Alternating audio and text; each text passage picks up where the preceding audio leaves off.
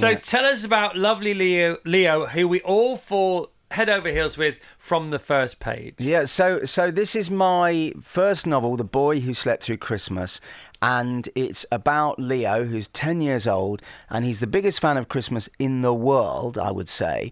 And then his mum passes away in the July, and he's not sure if they can celebrate Christmas anymore, the family. But Dad says, no, we have to make this actually the best Christmas ever. That's what Mum would have wanted. So Leo has loads of plans, and he's making special cakes and making presents, making cards, composing a song, designing a board game, but everything goes wrong, and he wishes Christmas away. He has a kind of meltdown. He wishes Christmas away, and you have to be careful what you wish for. I don't want to tell you what happens after that, but it is a very different type of novel. You know, it's a busy market. There's lots of people writing children's books now. And so I thought I need to do something a little bit different. So this is actually a musical novel. I've written 20 songs, and as you read the novel, there are QR codes, 20 QR codes all the way through the book. So it's like a musical in novel form. So you can hear, if you point your phone or your tablet at the QR codes, you get the songs. With the lyrics, you get the lyric videos, and all the lyrics are also at the back of the book. So we say you can sing along as you read along. You've just answered all my questions. Oh, you're no. You're so good. Well, we'll find something else to talk about, or you can ask me again. That is such a comprehensive description, and also you have semi-answered loads of the questions. Oh no, I don't mind at all. Does that make me really professional or really amateur? Don't really know, but the point is we do love it, and it is a proper story. So you wanted it to be different, without saying what's wrong with other people's books or other kids' stories. You know, I know you've always absolutely loved musicals. Oh, I love them. Was it always the plan to combine the two? Do you want it to go further? Do you want it to go forward? Do you want this to actually be given birth to as a complete work?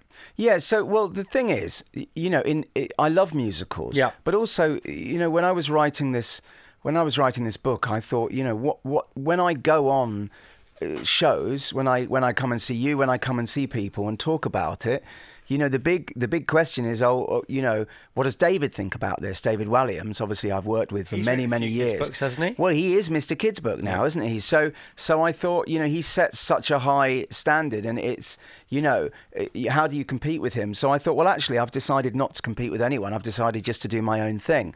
So I love musicals, and as I was writing this, I thought, oh, I'd love this to be a stage musical one day. And I started writing a couple of songs for it, which, of course, sounds very productive, but actually all I was doing was procrastinating, because I should have been doing another draft of the book. Yeah. But I was like, no, I'm going to write the music now.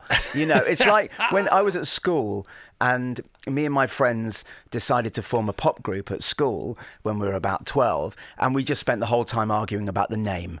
We never actually rehearsed anything. We never wrote anything. So it was the same thing of like, I should be writing this book, but actually I'm now writing songs, sitting at the piano. And then I thought, well, maybe I could use QR codes and put 3 songs in the book just to whet people's appetite, to sort of say, what if this could be a musical? And then one thing led to another, and I had 20 songs. And so this is a musical novel.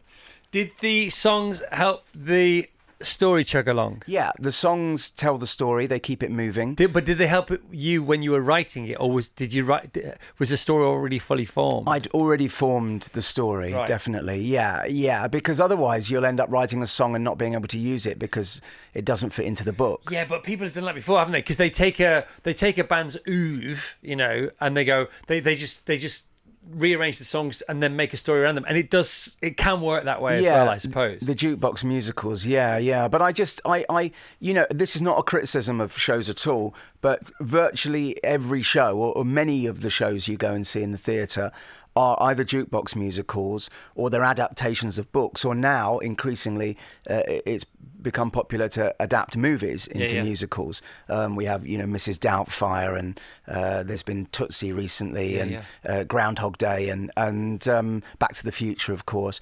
And so I thought, why don't I write something that's completely original from a story point of view and completely original from a musical point of view? Did you find writing the songs easier than writing the book? Sounds like you might have done. Well, it was very exciting because I've written a few songs for like Shooting Stars, little short ones, but I haven't written that much music.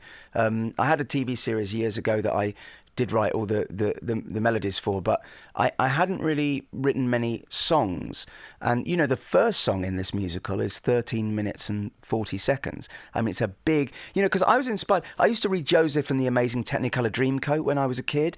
I used to have a book which Quentin Blake did all the illustrations. And then I had the record, and I'd put the record on and follow the book. So I thought, for kids who love musicals, this is a nice thing to do. And also, not everybody can afford to go to the theatre, or not everyone lives near the theatre. So this is a way to sort of see a musical without leaving your bedroom. It's so cool.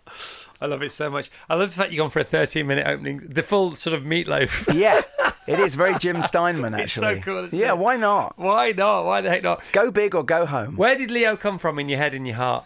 Well, the thing about Leo is he's me in a little bit, because he can get quite anxious. He can be quite nerdy. He can be a bit hyper-fixated on things.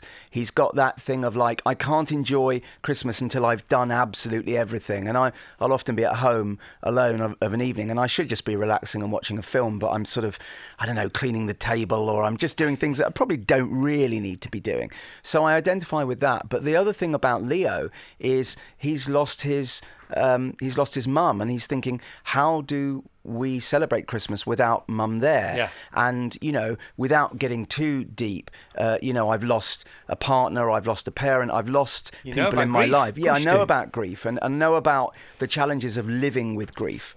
Because you often think, you're sort of led to believe with grief that you sort of take this time to grieve for a couple of months or whatever, few months, and then you sort of get on with your life. But actually, the reality is you live with grief for the rest of your life. And the best phrase I heard was, it doesn't get less painful, you just get used to the pain. Yeah, exactly that. And so I felt that, there will be a lot of children or adult readers, because this is a book for adults as well. There'll be a lot of people reading this Christmas, might be their first Christmas without a parent or a sibling or an uncle or a grandparent, a teacher, a friend, and they might be anxious about Christmas. They're excited, but they think, well, I'm just going to feel that loss. So I think hopefully it will resonate with people. Yeah, grief is different for kids when it comes to their mums and dads, because it's not supposed to happen. Yeah.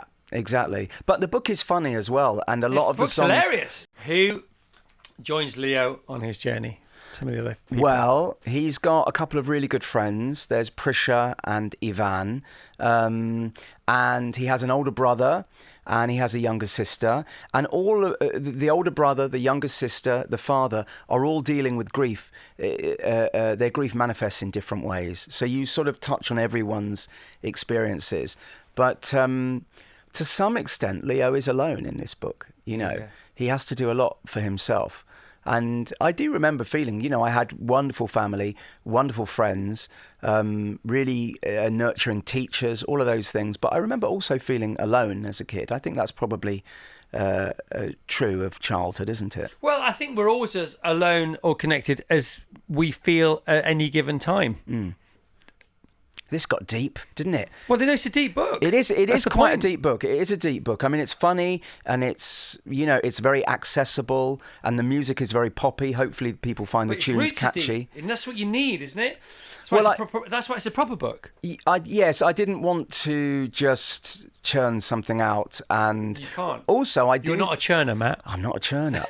Also, I can never make butter. Also, the other thing is that I think, to some extent, there is criticism of people who haven't written novels before, who are known for being TV personalities, who are entering this market. There's a lot of understandably disgruntled writers and aspiring writers who find it hard to get a foothold in the market. So I felt that I had to hit higher heights. You know, I had to do better. Had to write a better book to justify this sort of privilege that I have, because I was able to get a meeting with a publisher more easily than most people would. Yeah. Well, that's fine, but then I need to write a really good book. Good for you and good for them.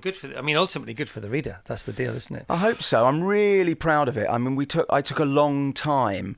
I mean, we talked about with the publishers, like it was going to come out last year, and then we decided, no, let's really, really, really nail this. Good for you. And if it had come out last year, we'd have had 4 songs, but now we have 20. Yeah. You know, it has some depth to it, I believe, but it is also just very gettable and very fun, and I really hope people like it, and I really hope people like the music, and my dream is to get it on stage as a big stage musical one day. Rock and roll. Are the whispers about you being in Wonka true? I am in that film, Wonka. This is the new one? Yeah. The new Wonka? That's right, yeah, but yes. Here's the thing. You know, there's an actors' strike at the moment in America, and I'm in the actors' union, yes. And because I'm in the actors' union, I'm not allowed to promote anything. I thought it was over. No, the writers' strike, they've reached an agreement, right? But the actors' strike still goes on. So if I had written the film and wasn't in it, I could tell you about it. But because I'm in the actors' union, I'm not allowed to do any promotion. I was filming Gladiator 2.